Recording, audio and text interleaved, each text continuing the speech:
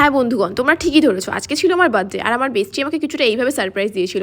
এর আগে আমি কখনো এরকম সারপ্রাইজ কারোর থেকে পাইনি। তো আমি তো সারপ্রাইজটা পেয়ে পুরো অবাক হয়ে গেছিলাম। আর দিনটা হয়তো আমার কাছে এমনিতেও স্পেশাল, আর আমার বেস্টির জন্য দিনটা আমার কাছে আরও স্পেশাল হয়ে উঠেছিল। তো আজকে আমি ব্লগটা তোমাদের কেমন লাগলো অবশ্যই কিন্তু কমেন্ট করে জানিও।